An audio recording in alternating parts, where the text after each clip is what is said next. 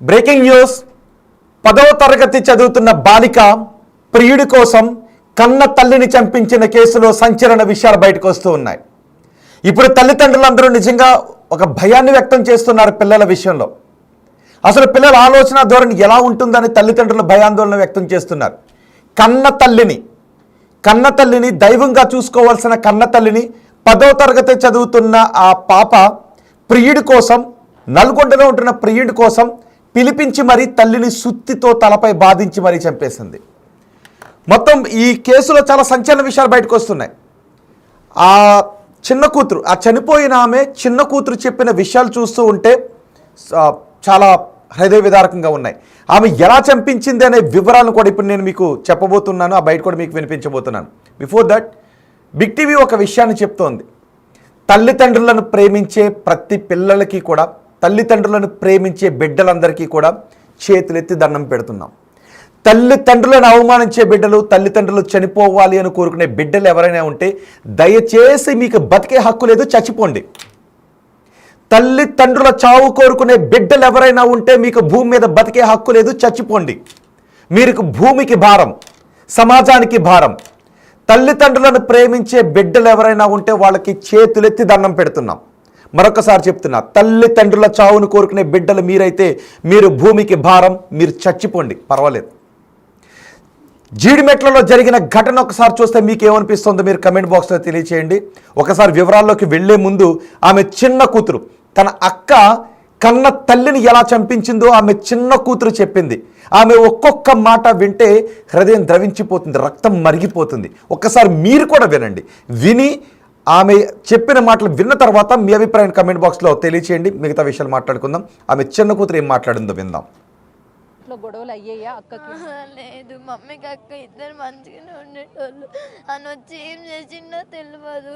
అప్పటి నుంచి అని ఏది చెప్తా చేస్తుంది. అతను వెళ్ళిపోయినప్పుడు గోల్డ్ రింగ్, గోల్డ్ కమ్మలు తీసుకొని వెళ్ళిపోయింది. దాని తర్వాత మమ్మీ అడిగింది ఏవి అని చెప్పేసి. మమ్మీ అప్పుడు ఆమె వెళ్ళిపోయినప్పుడు కూడా ఏమనలేదు. నువ్వు ఎందుకు వెళ్ళిపోయినావు, నేను కొట్టను కూడా కొట్టాలి, అసలు తిట్టను కూడా తిట్టలేదు మమ్మీ. ఇంకా అక్కనే రిటర్న్ తిట్టింది మమ్మీ నాకు వచ్చి చెప్పి ఏడ్చింది. పోలీస్ స్టేషన్లో కూడా మేము మొన్న వచ్చి ఉండే స్టేషన్కి. అయితే నిన్న మధ్యాహ్నం వరకు స్టేషన్లోనే ఉందంట. ఈరోజు మెడికల్ టెస్ట్ ఉందంట. ఉంటే వాళ్ళు ఈరోజు లేరు, సార్ వాళ్ళు లేరు, రేపు రండి అంటే ఈరోజు రండి, ఈరోజు కోర్టుకి వెళ్ళేది ఉందంట. అయితే ఆ శివ వ్యక్తికి జైలు శిక్ష పడుతుంది అని చెప్పేసి మమ్మీ దగ్గరికి వచ్చి మధ్యాహ్నం నేను వెళ్ళిన టైం చూసి బెదిరించినంట. వచ్చి నువ్వు ఇట్లా రేపు వచ్చి కోర్టుకు వచ్చి చెప్పినావంటే చంపేస్తాం నిన్ను, ఎవరిని ఉంచము అన్నారంట. అయితే మా మమ్మీ ఏమందో తెలియదు అప్పుడు. ఇక దాని తర్వాత నేను అక్కతో బయటికి వెళ్ళి వచ్చే వరకు మమ్మీ ఇట్లా చూడని పరిస్థితులు ఉంది. మొత్తం ఇక్కడ సుత్తుంటుంది కదా, దాంతో కొట్టారు మమ్మీని.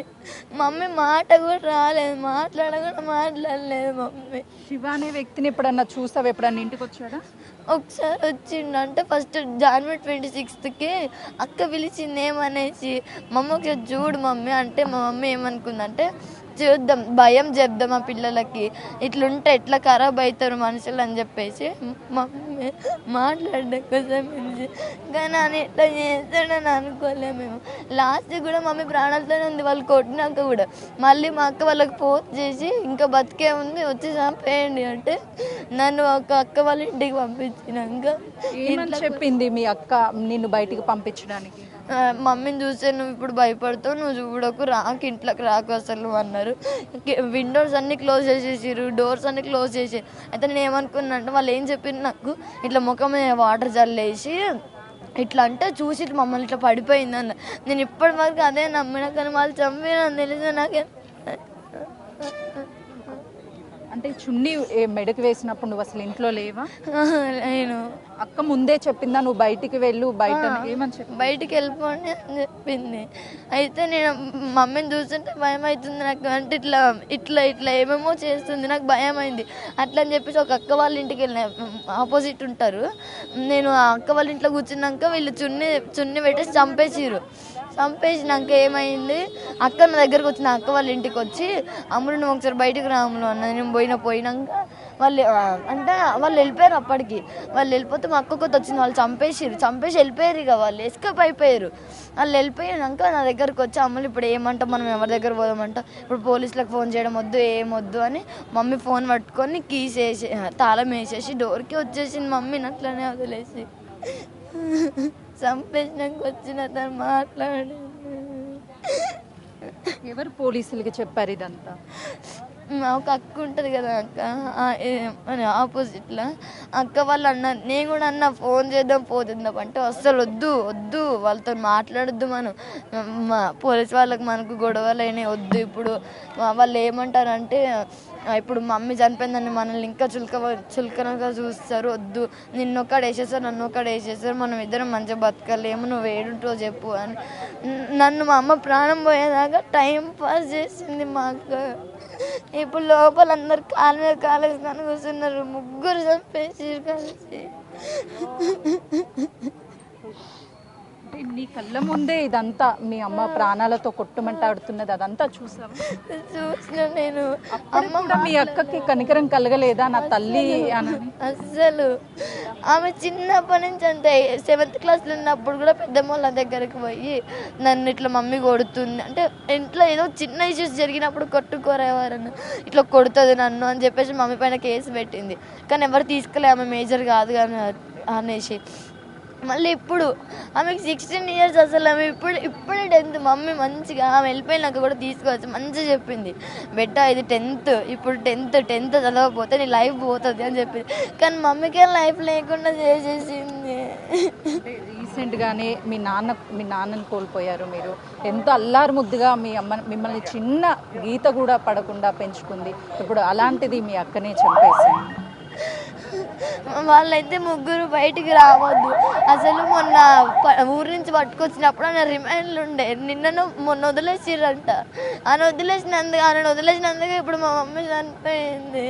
లేకపోతే మా మమ్మీ అసలు చనిపోదు. మా అమ్మ ఎంత స్ట్రాంగ్ ఉంది, ఈరోజు కోర్టుకి వెళ్ళి చెప్దాం అనేసి, ఆయనకు శిక్ష పడితే జైలుకి పోతాడని చెప్పేసి ప్లాన్ వేసి చంపేసి రమ్మని. మీ అక్కని మొదట ఇంట్లో నుంచి తీసుకువెళ్ళిపోయారు అన్న కేసులోనే మీరు కంప్లైంట్ ఇస్తే అతన్ని అదుపులోకి తీసుకున్నారు? అవును, అయితే పట్టుకున్నారు. అక్క వాళ్ళతో వెళ్ళిపోయినాక మమ్మీ వాళ్ళు పట్టుకున్నారు. మా పోలీస్ సార్ వాళ్ళు మమ్మీ వెళ్ళారు. అయితే నాకు చెప్పలేదు, నీ స్కూల్ నుంచి వచ్చి మమ్మీకి ఫోన్ చేసి అడిగితే ఇట్లా వచ్చినాం బేట అని చెప్పింది. సరే అని చెప్పేసి ఆ రోజు ఇక్కడికి వచ్చినాక మా అక్క ఇంటికి రానన్నదంట. సో హోమ్లోకి తీసుకుపోయారంట, వాళ్ళు ఉంచుకొని అన్నారంట. తర్వాత పిఎస్లోనే పడుకుందంట. దాని తెల్లారిన తర్వాత మళ్ళీ మమ్మీ దగ్గరకు పంపించారు. మొన్న పంపిస్తే మొన్న బాగానే ఉంది నైట్. నిన్నేమైందో తెలియదు అసలు. చూసినాం కదా, అంజలి చిన్న కూతురు కళ్ళ ముందే తల్లి ప్రాణాలతో కొట్టుమిట్టాడుతుంటే నా ప్రాణం పోయినంత పనైంది, కానీ నేను అమ్మని కాపాడుకోలేకపోయానే అన్న బాధ. విన్నారా చిన్న కూతురు మాట్లాడిన మాటలు? తల్లిని 16 సంవత్సరాల తన అక్క ఎంత కిరాతకంగా చంపిందో, ఎంత కిరాతకంగా చంపించిందో ఏడుస్తూ మాట్లాడుతున్న చిన్నారి మాటలు వింటే మీకేమనిపిస్తోంది? 16 సంవత్సరాలు 10వ తరగతి చదువుతోంది. ప్రియుడి కోసం కన్న తల్లిని సుత్తితో తలపైన కొట్టి చంపేసింది. ఎంత కిరాతకంగా చంపించిందో తెలుసా? చిన్నారి మాట్లాడిన మాటలు విన్నారు కదా, మీకు మరొక్కసారి వినిపిస్తాను. ఆ చిన్నారితో పాటు ఆ చిన్నారి పెద్దమ్మ కూడా చెప్పింది. ఎలా చంపించిందో తెలుసా? వాడు నల్గొండలో ఉంటాడు. నల్గొండలో ఉన్న ఆ వ్యక్తికి వీళ్ళిద్దరికీ మధ్యలో ప్రేమ ఉంది. ఈమె వయసు 16 సంవత్సరాలు, వాడు ఇంటర్మీడియట్ చదువుతూ ఉన్నాడు. అయితే ఇద్దరికీ ప్రేమ వద్దు, 10వ తరగతి నువ్వు చదువుకోవాల్సిన వయసు అని తల్లి మందలించింది. ఆ వ్యక్తి తనని తీసుకుని వెళ్ళిపోతే తెచ్చుకుని మళ్ళీ ఇంట్లో పెట్టుకుంది. కన్నబిడ్డ కదా, గుండెల్లో పెట్టుకుని చూసుకుంటుంది కదా తల్లి. అలా మళ్ళీ ఆ బిడ్డను పెట్టుకుని కేసు పెట్టింది. కేసు పెట్టిన తర్వాత పోలీసులు వాడిని అదుపులోకి తీసుకున్నారు. ఇప్పుడు వాడికి మెడికల్ టెస్ట్ ఉంది. ఈ మెడికల్ టెస్ట్లో వాడు మేజర్ అని తేలితే వాడిపైన చాలా కేసులు వస్తాయి. పోక్సో కేసు కూడా వస్తుంది, ఎందుకంటే ఈమె మైనర్ కదా. ఇప్పుడు ప్రియుడిని ఆ కేసు నుంచి తప్పించడానికి ఈ 10వ తరగతి చదువుతున్న 16 ఏళ్ల పిల్ల తల్లిని చంపడానికి ప్లాన్ చేసింది. నువ్వు రా ఇక్కడికి అని పిలిపించి, ఒకవేళ ఈ కేసులు వెనక్కి తీసుకోకపోతే నిన్ను చంపేస్తామని తల్లిని బెదిరించింది. ఎంత దుర్మార్గం! ఎలా చంపించిందో తెలుసా? ఆ తల్లి మెడకు చున్నీ బిగించి చంపేశారు. ఆ సమయంలో చిన్న కూతురు అంటే ఆమె చెల్లి అక్కడ ఉంటే పక్కింటికి వెళ్ళిపోమని అంది. అంటే 16 ఏళ్ల వయసులో తల్లిని చంపడానికి అంత ప్లాన్ చేసి చిన్నపిల్ల చెల్లిని పక్కింటికి పంపించి తల్లి కళ్ళ ముందు చనిపోతూ ఉంటే, పైగా ఆమె కొట్టి చంపుతూ ఉంటే, కనీసం నిజానికి ఆ ఏజ్లో ఉన్న పిల్లలకి బ్లడ్ బయటకు వస్తేనే భయపడిపోతారు,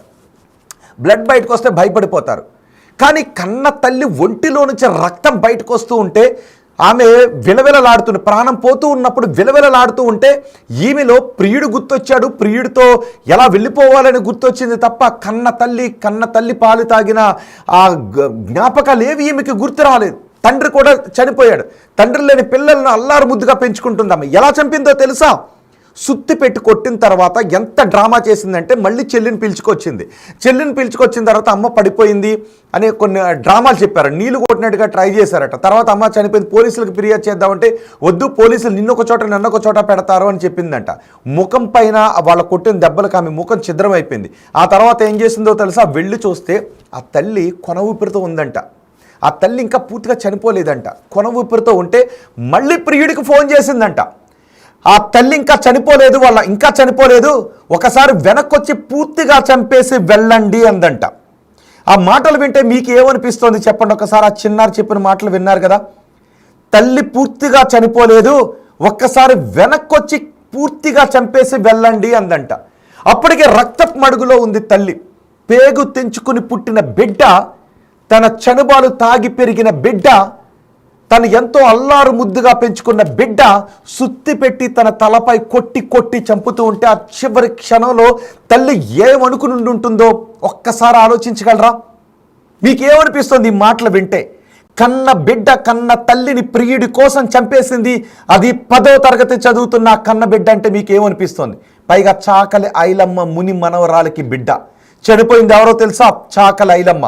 తెలంగాణ సాయుధ పోరాటంలో వీరత్వాన్ని చూపించిన చాకలి ఐలమ్మ ముని మనవరాలు చనిపోయింది. ఆ ముని మనవరాల బిడ్డే ఈమె. 10వ తరగతి చదువుతుంది. ప్రియుడి కోసం చంపించిన ఆ బాలిక పేరు నేను చెప్పకూడదు అని చెప్పలేకపోతున్నాను. చిన్న బ్లడ్ బయటకు వస్తేనే అల్లాడిపోతారు. తల్లిదండ్రులకు ఏమన్నా జరిగితే బిడ్డలు కలిసిపోతారు, కన్నీళ్ళు బయటకు వస్తాయి. అలాంటి తల్లిని ప్రియుడిని పిలిచి పక్కాగా ప్లాన్ చేసి, ఇది ఒక క్రూర నిండిన నేరస్తులు, ఎన్నో మర్డర్లు చేసిన నేరస్తులు ఉంటారు కదా, అలాంటి క్రూర నేరస్తులు చేసే మర్డర్ మాదిరిగా ప్రియుడిని పిలిపించి గొంతుకు చున్ని బిగించి చివరి ఊపిరి ఆగి ఎన్నో గోరుముద్దలు దిగుతూ ఉంటే ఆ బిడ్డ గొంతులో ఆ గోరుముద్దలు అడ్డుపడితే బహుశా ఎన్నోసార్లు నీళ్లు తాగించి ఉంటుంది కదా తల్లి. అలాంటి తల్లి మెడకు చున్నీ బిగించి ఆ గొంతుని బిగిస్తూ ఉంటే కనీసం ఆమె ఆ 10వ తరగతి బాలిక మైండ్ సెట్ అంటే ఏమైపోతున్నారు పిల్లలు, ఎటువైపు ఆలోచిస్తున్నారు? బహుశా 10వ తరగతి మైనర్ ప్రేమలను ప్రోత్సహిస్తూ తీసే సినిమాలు, తీసే సీరియల్స్, అలాంటి కంటెంట్ని క్రియేట్ చేసే వాళ్ళు కూడా దీని గురించి ఆలోచించాలి. పిల్లలకి భవిష్యత్తుపై అవగాహన కల్పించే సినిమాలు, అలాంటి కంటెంట్ని చేయాలి తప్ప, అలాంటి కంటెంట్ని చూపించాలి తప్ప చిన్నపిల్లల ప్రేమను ప్రోత్సహించే సినిమాలు కూడా తప్పు పట్టాల్సిన అవసరం. దీనికోసం ఒక బిగ్ డిబేట్ మనం చేపడదాం, ఎందుకంటే మామూలు విషయం కాదు. మీకేమనిపిస్తుందో మీ అభిప్రాయాన్ని కమెంట్ బాక్స్లో తెలియచేయండి. అండ్ ఆమె అక్క ఎవరైతే చనిపోయారో ఆమె అక్క కూడా చెప్పింది. ఇప్పుడు చిన్న పాప చెప్పిందిగా, ఆమె చెల్లి చెప్పిందిగా, తన అక్క 16 ఏళ్ళ అక్క, 10వ తరగతి చదువుతున్న అక్క ప్రియుడి కోసం కన్న తల్లిని సుత్తి పెట్టి కొట్టి చివరి ఊపిరి కూడా ఇంకా కొన ఊపిరితో ఉంటే మళ్ళీ ప్రియుడిని వెనక్కి పిలిపించి ఇంకా కొన ఊపిరితో ఉంది పూర్తిగా చంపేసి వెళ్ళు అని చెప్పిన మాటలు వింటూ ఉంటే మీకేమనిపిస్తుంది? ఒకసారి ఆ చనిపోయిన ఆ తల్లి వాళ్ళ అక్క కూడా మాట్లాడింది, ఆమె కూడా ఏం మాట్లాడిందో ఒక్కసారి చూద్దాం. జీడిమెట్ల పోలీస్ స్టేషన్ పరిధిలో దారుణం చోటు చేసుకుంది. ప్రియుడితో కలిసి కన్న తల్లినే హతమార్చినటువంటి ఘటన చోటు చేసుకుంది. ప్రస్తుతం వాళ్ళ కుటుంబ సభ్యులు ఉన్నారు. ఏం జరిగింది ఏంటి అని అడిగి తెలుసుకుందాం. చెప్పమ్మా, ఏం జరిగింది? అసలు ఏం జరిగిందో తెలియకుండా అయిపోయిందమ్ము. నాకు 10:30 కాల్ వచ్చింది. ఏందమ్మా అంటే, అమ్మ కింద పడ్డది పెద్దమ్మ, నువ్వు రా అని ఈ పాపే ఫోన్ చేసింది పెద్దమ్మాయి. నాకెందుకు ఫోన్ చేస్తానవి అంటే, అమ్మ కింద పడ్డది నువ్వు రావా, మీ అక్క కాదా అన్నది. మా చెల్లెనే కానీ నేను ఇప్పుడు డ్యూటీలు ఉన్నా కదా అమ్మ అంటే, నువ్వు రా అమ్మ అని పిలిచింది.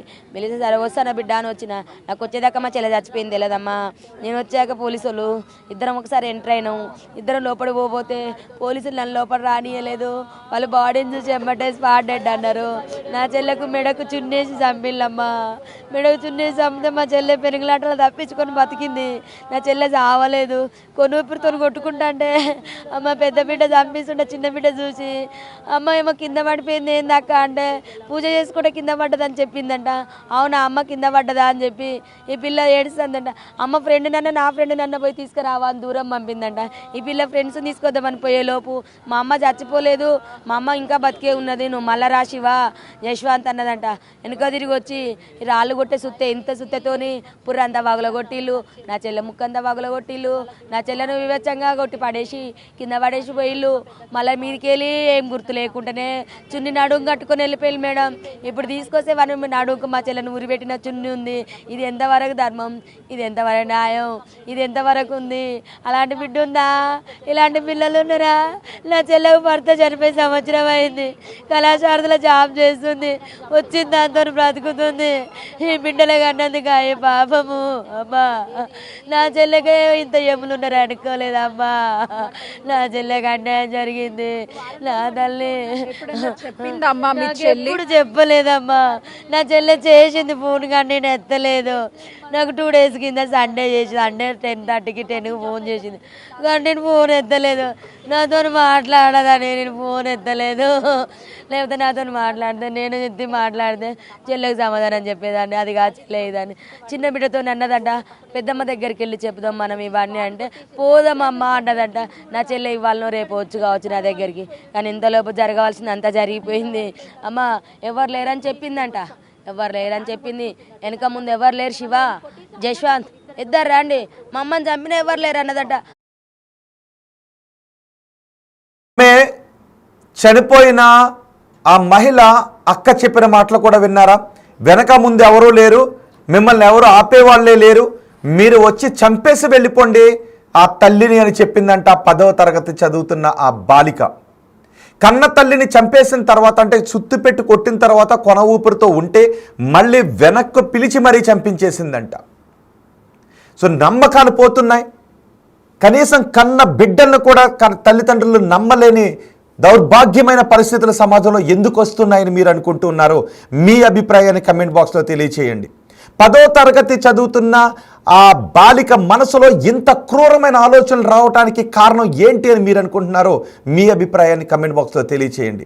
ఏ తల్లి అయినా అనుకుంటుందా తన కన్న బిడ్డ తనను చంపేస్తుంది అని? తన కన్న బిడ్డ చేతిలో తను చనిపోతాను అని ఏ కన్న తల్లి అయినా అనుకుంటుందా? కనీసం కళలోనైనా ఊహించగలుగుతుందా? అలాంటి కళ వస్తే ఒక పీడ కళ వచ్చింది అని అనుకుంటారు. కానీ ఈ తల్లి విషయంలో అది కళ కాదు, నిజమయ్యింది. ఈ తల్లి విషయంలో ఆ కన్న బిడ్డే ఒక మృత్యువుగా మారింది. అది కూడా కేవలం ప్రియుడి కోసం. 10వ తరగతి ముందు చదువు మీద దృష్టి పెట్టు అని మందలించినందుకు ఒక పెద్ద ప్లాన్ చేసి ఆ ప్రియుడిని రప్పించి, పైగా ఆ ప్రియుడిపై కూడా 2 కేసులు ఉన్నాయంట. ఆ ప్రియుడిని ఇంటికి పిలిపించి చున్నీతో కన్న తల్లి మెడను బిగించి సుత్తు పెట్టి కొట్టి చెల్లిని పక్కింటికి పంపించి కొన ఊపిరితో ఉన్న తల్లి దగ్గరికి వెళ్ళి చూసి మళ్ళీ ప్రియుని వెనక్కి పిలిపించి మళ్ళీ సుత్తితో 2 దెబ్బలు కొట్టించి కన్న తల్లి ఆ రక్తం బయటకు చిమ్ముతుంటే కనీసం ఈమె ఎంత క్రూరంతో చూస్తూ ఉందో ఆలోచిస్తుంటే ఏమనిపిస్తోంది?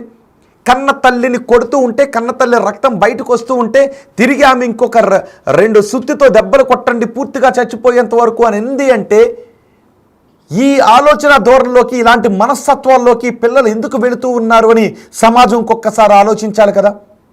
ఈ వార్త చూస్తున్న తెలుగు రాష్ట్రాల్లో తల్లిదండ్రులు మీకు ఏమనిపిస్తోంది? మీ అభిప్రాయాన్ని కమెంట్ బాక్స్లో తెలియచేయండి. ఇలాంటి విపరీత ధోరణులు ఎందుకు పిల్లల్లో కలుగుతున్నాయని మీరు అనుకుంటున్నారో సైకియాట్రిస్టులు కూడా మీ అభిప్రాయాన్ని చెప్పాల్సిన అవసరం ఉంటుంది. బిగ్ డిబేట్ మనం దీనిపైన చేపడదాం. పిల్లల్లో విపరీత మార్పులు వస్తూ ఉంటే మీరు గమనించండి, ఏం చేయాలో ఒకసారి ఆలోచించండి. వాటిని వదిలేస్తూ ఉంటే అవి పెరిగి పెద్దవై చివరకు తల్లిదండ్రులను తినేసే పిల్లలుగా తయారవుతారు. ఇలాంటి దుర్మార్గం చూడండి ఒకసారి. అదిగో వాడు ఇంటర్మీడియట్ చదువుతున్నాడు, ఆ పిల్ల 10వ తరగతి చదువుతుంది. 10వ తరగతిలోనే వాడిని పట్టుకుని మరీ ఫోటోలు దిగింది. మేము బ్లర్ చేసాం, మైనర్ కాబట్టి బ్లర్ చేసాం. ఆ 2వ బాక్స్లో చూస్తున్నారా, ఆమె కన్న తల్లి, 2 ఆడపిల్లలు. ఇద్దరు ఆడపిల్లలను ఎంతో ప్రయోజకులు చేయాలి, సమాజంలో ఎంతో మంచి పౌరులుగా తీర్చిదిద్దాలని కలలు కన్నింది. భర్త చనిపోయాడు. భర్త చనిపోయిన పిల్లల్ని అల్లారు ముద్దుగా పెంచుతూ ఉంది. వాడితో వెళ్ళిపోయింది, పెళ్లి చేసుకుంటానని వెళ్ళిపోయినా తిరిగి తీసుకుని తెచ్చుకొని ఇంట్లో పెట్టుకుని అది కాదమ్మా అని బుద్ధులు చెప్పింది. అదే ఆమె పాలిట శాపంగా మారింది. తర్వాత వాడు అయినా కూడా వచ్చి బెదిరించడంతో పోలీస్ కేసు పెట్టింది. ఇప్పుడు వాడికి ప్రియుడికి ఎక్కడ శిక్ష పడుతుందోనని తల్లినే లేపేసింది ఆ దుర్మార్గురాలు. ఆ దుర్మార్గురాలు ముఖం చూస్తాం, మేము ముఖం చూపించట్లేదు కావాలని, ఆమె ఆ రూపాన్ని చూస్తుంటే మీకు ఏమనిపిస్తుందో మీ అభిప్రాయాన్ని కమెంట్ బాక్స్లో తెలియచేయండి. ఆ చిన్న పిల్ల వాళ్ళ చెల్లి ఇప్పుడు గుండెలు అవిసేలా రోధిస్తుంది. వాళ్ళ అమ్మ దగ్గర కూడా నన్ను వెళ్ళనవ్వలేదు, పక్కింటికి పంపించేసింది. అమ్మను నువ్వు ఇప్పుడు చూడలేవు, పడిపోయింది అని నాకు అబద్ధాలు చెప్పి పక్కింటికి పంపించేసిందని. అంటే ఎంత క్రూరంగా ఆలోచించిందో చూడండి. ప్రియుడి కోసం కన్న తల్లిని చంపడానికి ఒక పెద్ద ప్రణాళిక రచించి చంపేసి, పైగా కొన ఊపిరితో ఉన్న తల్లిని మళ్ళీ ప్రియుని పిలిపించి చంపేసింది అంటే మామూలు విషయం కాదు. మీకేమనిపిస్తుందో మీ అభిప్రాయాన్ని కమెంట్ బాక్స్లో తెలియచేయండి. అండ్ వీళ్ళకి అఫ్కోర్స్ మైనర్లు అయినా కూడా వీళ్ళకి ఎటువంటి శిక్షలు విధించాలని మీరు అనుకుంటున్నారో మీ అభిప్రాయాన్ని కూడా కమెంట్ బాక్స్లో తెలియచేయండి.